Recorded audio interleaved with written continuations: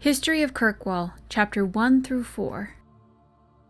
It's difficult for many to comprehend today, but there was a time when Kirkwall was believed to be the very edge of the world. It was Marius then, named after its founder Magister of Marius Krikwall, and it was but one outpost on the very fringe of the Tevinter Imperium. There, the Magister serfs worked at the quarries for the jetstone needed for the mighty temples of Menrathis. After a slave rebellion nearly burned the temple to the ground in the great city, it was determined that a center for slave trade would need to be established well away from more civilized parts of the Imperium, though accounts may be exaggerated since the notorious Archon Venarius Isar narrowly escaped assassinations at the hand of an elven slave at the time. Because the new slave outpost would become wealthy beyond imagining, competition among prospects reportedly took over 20 years to resolve, resulting in great bloodshed in the frontier well away from the Archon's eyes. Magister took arms against Magister, mostly in the form of small armies of serfs and mercenaries. Over half the slaves in existence allegedly died in these battles before Marius was finally chosen, thanks to the marriage of Krikwall's son to the Archon's daughter. Within a mere decade, the mighty fortress was erected on the cliff where Kirkwall now stands. Over 1 million slaves passed through its gates before the Imperium eventually fell, an unimaginable number by today's standards. The Craven family itself became patrons of the next 3 Archons and was one of the driving forces behind the extension of the Imperial Highway into the Ferelden Valley, a move that would cost some considerable political influence after the resistance of the Alamari tribes. During its height, Marius was a jewel to rival the mighties of the imperial cities and the greatest center of civilization outside Tevinter. From Kirkwall, the City of Chains, by Brother Genetivi, 924 Dragon. As the Imperium's borders slowly receded after the devastation of the First Blight and the subsequently barbarian invasion, many outposts in the area, known today as the Free Marches, were cut off from centers of power. Numerous warlords tried consolidating the region into a single kingdom, but resistance prevailed. Marius held out for almost a century until it fell to a slave revolt in 25 Ancient. It was not the first such revolt that Marius suffered, but it was the last. It started when an Alamari slave named Redun began earning popularity and power by pushing for better conditions. Redun's growing influence prevented the Magisters from touching him, but eventually they had him poisoned. Furious, a group of Redun's supporters stormed the gallows and were massacred. And so began a bloody year-long rebellion. The city burned and wealthy Hightown was sacked. The Magisters hung before cheering crowds. And Marius assumed the new name of Kirkwall, Kirk meaning black after its jetstone cliffs. The new city plunged into anarchy for over a decade and its defenses fell into ruin.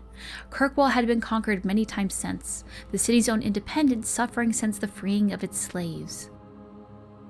From Kirkwall, the City of Chains, by Brother Genetivi, 924 Dragon.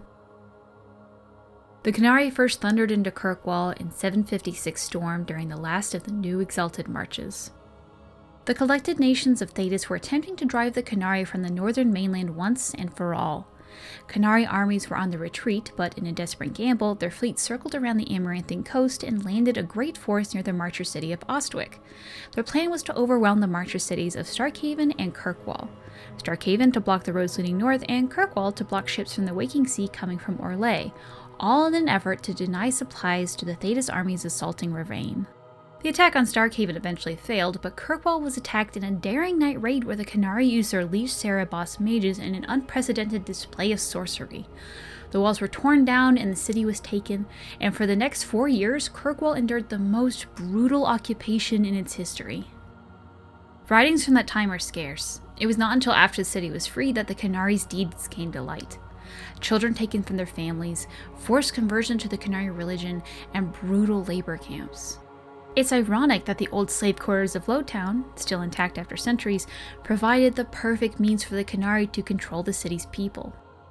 When the famous Orlesian chevalier Sir Michel Lafille rode into the city after finally defeating the Canari defenders, he wrote, "Kirkwall is full of people with empty eyes and have had all independent thought driven from them." When Lafille was appointed the city's first Viscount by the Emperor in 760 Storm, he made it his mission to undo the religious conditioning. The Lafille bloodline remained popular enough that when the city finally rebelled against the Orlesian rule in 805 Blessed, Viscount remained the enduring title for Kirkwall's rulers despite its origin. From Kirkwall, the City of Chains, by Brother Genetivi, 924 Dragon. The Thurenhold family assumed its foreboding control of the city at the very onset of the Dragon Age, less than a week after Merrick Theron retook the Ferelden throne from Orlais.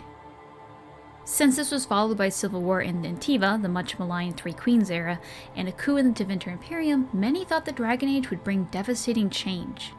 Perhaps this was a hasty estimate, but it was true for Kirkwall. Viscount Chivalry Threnhold was a vicious thug who took power through a campaign of intimidation, and his son Perrin, who succeeded him in 914 Dragon Age, was even worse. Taxes were crippling, and Perrin Threnhold used the ancient chains extending from the Twins, standing at Kirkwall's harbor, unused since the new Exalted Marches, to block sea traffic and charge exorbitant fees from Orlesian ships. The Empire threatened invasion following the closure of the Waking Sea Passage, and for the first time, the Chantry used the Templars to pressure the Viscount. Until that point, the Templars had done nothing to counter the Threnholds, even though, as the largest armed forces in Kirkwall, they could have. Knight Commander Guylian's only written comment was in a letter to Divine Beatrix III. "It is not our place to interfere in political affairs. We are here to safeguard the city against magic, not against itself." The Divine, as a friend to the Emperor, clearly had other ideas. In response, Viscount Perrin hired a mercenary army, forcing a showdown with the Templars. They stormed the gallows and hung Knight Commander Guylian, igniting a series of battles that ended with Perrin's arrest and the last of his family's rule. The Templars were hailed as heroes, and even though they wished to remain out of Kirkwall's affairs, it was now forced upon them. Knight Commander Meredith appointed Lord Marlowe Demar as the new Viscount in 921 Dragon, and she has remained influential in the city's rule ever since. From Kirkwall, the City of Chains by Brother Genitivi, 924 Dragon.